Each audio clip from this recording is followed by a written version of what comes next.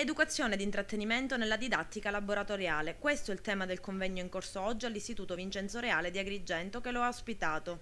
Sicuramente è un convegno che riguarda la didattica e il modo di apprendere degli alunni, una didattica innovativa basata su un'esperienza già maturata nello scorso anno scolastico in diverse scuole di Palermo e che ora l'ANSAS assieme all'Università di Palermo e all'Università di Psicologia e assieme ad altri enti come l'assessorato regionale alla pubblica istruzione sta cercando di diffondere un po' nelle altre province della Sicilia. Un incontro indirizzato ai docenti di tutta la provincia, volto ad individuare le metodologie più efficaci dei processi di insegnamento e di intrattenimento. Il progetto promosso dal Nucleo Territoriale Sicilia dell'Agenzia Nazionale per lo Sviluppo dell'Autonomia Scolastica è finalizzato dall'assessorato regionale dell'istruzione e della formazione professionale. Il progetto oggetto del convegno è edutainment, cioè educazione e intrattenimento nella didattica laboratoriale per competenze.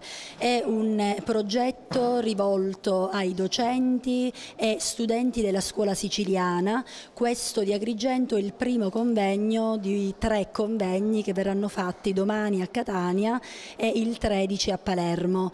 Un'evoluzione quindi della scuola. Come avete accolto questo progetto? Allora, il nostro Dipartimento ha accolto con grande favore la proposta che è arrivata appunto dall'ANSAS Sicilia, dal Ministero della Pubblica Istruzione, che è il nostro riferimento istituzionale per l'aggiornamento e la ricerca educativa. Questo progetto appunto è un progetto di ampio respiro e molto innovativo e poi soprattutto può essere anche l'inizio di un nuovo tipo di didattica che speriamo che i docenti che partecipano possano poi effettivamente mettere in pratica nella scuola. Presenti come partner anche altri enti palermitani come il Dipartimento di Psicologia dell'Università e l'Istituto per le Tecnologie Didattiche del CNR.